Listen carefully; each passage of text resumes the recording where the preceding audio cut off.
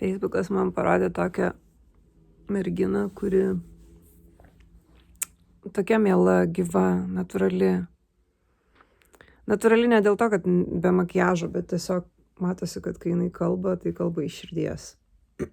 Tiesiog nuoširdžiai, vat, ką galvoja, kaip jaučiasi, ką išgyvena, tą ir kalba. Ir aš atsimenu senai, prieš daug metų, prieš 6 metus, beveik 7. Ta prasme, aš pamenu, kai aš buvau tik įtikėjus ir man seni sukriošę krikščionis sakydavo, čia aš juokauju, gerai, aš dabar save irgi vadinu sena sukriošusi. Nes per 7 metus tu patiri biškį, tu gauni patirties ir supranti, kad krikščionybė ne visada yra krikščionybė. Ir katalikas yra krikščionis, ir baptistas, ir sekmininkas, ir visi save vadina krikščionimis, bet visi turi skirtingas doktrinas, okei? Ta prasme. Bet čia kita tema. Aš noriu pakalbėti apie tą nuoširdų tikėjimą, kurį žmogus gauna, kai jis būna tik atgimęs. Kai šventoji dvasia tiesiog liejasi per jo lūpas. Tiesiog žmogus pradeda kalbėti ir kalba tiesą. Ir tai yra taip gera. Ir to nėra bažnyčiose. Bažnyčiose yra mokoma paklusti pastoriui. Yra daugiau žmonių, kurie tai kalba, bet vietoj to, kad pasigilint, ką aš kalbu ir pagalvot, kodėl jinai taip kalba, yra, ta prasme, kiršinami žmonės. Tai lygiai taip pat ir iš Kristaus nebuvo priimta mokymai. Kristus buvo laikomas iš viso demonų apsėstų, religinių žmonių. Ir aš žinau, kad aš turiu kalbėti tiesą. Nes aš tam esu pašaukta. Tai va tas ir atsitinka po kelių metų, kad tu patiri, kas iš tiesų vyksta krikščionybėje, pasaulyje. Krikščionybė yra pasaulyje. Ir tai žodžiu, video darau iš lovos, nes aš nebūsiu tas žmogus, kur tipo tobulas apšvietimas, tobulas makiažas, tobulas laikas. Man taip nepavyksta. Mano kanalas yra apie nuoširdumą ir natūralumą.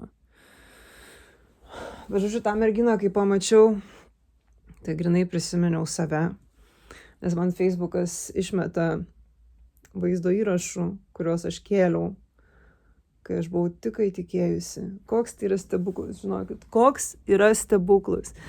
Kai tu įtiki, iš tiesų atgimsti, tai per tave kalba Dievo dvasia, nes jinai apsigyvena tavyje. Tai tiesiog yra stebuklas. Aš linkiu kiekvienam atrasti Dievą. Ir ne bažnyčiai, ir ne religijai. Nes tas Dievas nuves jūs į pragarą. Tas Dievas, kuris mokosi laikyti žmonių papročių ir tradicijų. Tas Dievas, kuris jums sako, jūs turite paklūsti žmogui, nuves jūs į pragarą. Kai gauni šventąją dvasią, jinai lydi iš vidaus. Ir aš turiu krūvą, ta prasme, krikščionių ratas, tarp kurių aš esu, nes vėl, nežinau, kas iš kur sugalvojo, kad jeigu aš nesu pasirašius su kažkokia bendruomenė įsteigta oficialiai ant lapo parašą, tai tipo jau aš esu viena ir aš su nieko nebendrauju, niekur neinu ir tipo netobulėju ir ta prasme aš viena čia guliu lovui, kuriu video tipo ir stumiu ant kitų bažnyčių. Kas tą sugalvojo? Ne vienas bažnyčios pastorius neklausė, tik tais išgirsta kažkokį gandą ir toliau kalba. Tai čia yra, ta prasme, čia yra baisu, čia nėra Dievo dvasia. Bet aš jūs nuraminsiu, nes žinau, kad yra žiūrinčių, tai aš jūs nuraminsiu, aš turiu savo ratą, ta prasme, aš turiu krūvą krikščionių ir jie visi tiki taip, kaip aš tikiu. Suprantat, kad aš nesu čia kažkokia išskirtinė, nenormali, nepaklusni. Yra žmonių, kurie yra iš tiesų Kristuje. Nepraleiskite savųjų susirinkimų. Aš ir nepraleidžiu savųjų susirinkimų ir mes susirenkam kelis kartus per savaitę. Bet tai nėra sekmadienis 10 valanda. Kur yra parašyta Biblijoje, kad mes turim sekti katalikų tradicijas? Kur yra parašyta Biblijoje, kad mes privalom susitikti būtinai sekmadienį, kaip visas pasaulis daro? Žmonės. Nepraleiskite savųjų susitikimų. Puiku, aš nepraleidžiu savųjų susitikimų. Yra žmonės, kurie yra savi ir aš su jais susitinku kiekvieną savaitę.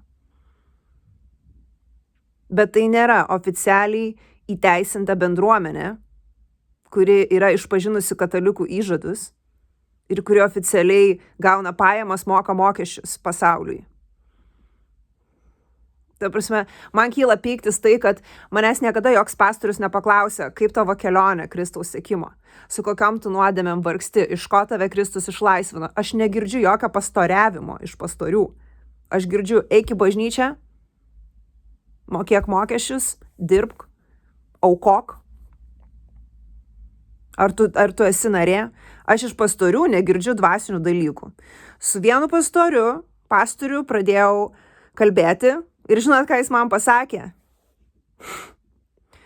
Laura, tu neprisigalvok čia jokių demonų. Viskas yra žymiai paprasčiau, negu tu iš tiesų manai. Tu jau esi laisva Kristuje. Kristus jau viską padarė. Tau nieko nereikia daryti. Tai jo, va toks video ir vėl dar kartą pasikartosiu, paprašysiu, kad žiūrėtumėt visą bendrai, o ne išsirinktumėt vieną žodį, kuris jums užkliuvo ir nepatiko, ir iš jo išpūstumėt tiesiog didžiulį burbulą, melagingą. Žiūrėkit visą video, nes visas šis video yra viena žinutė.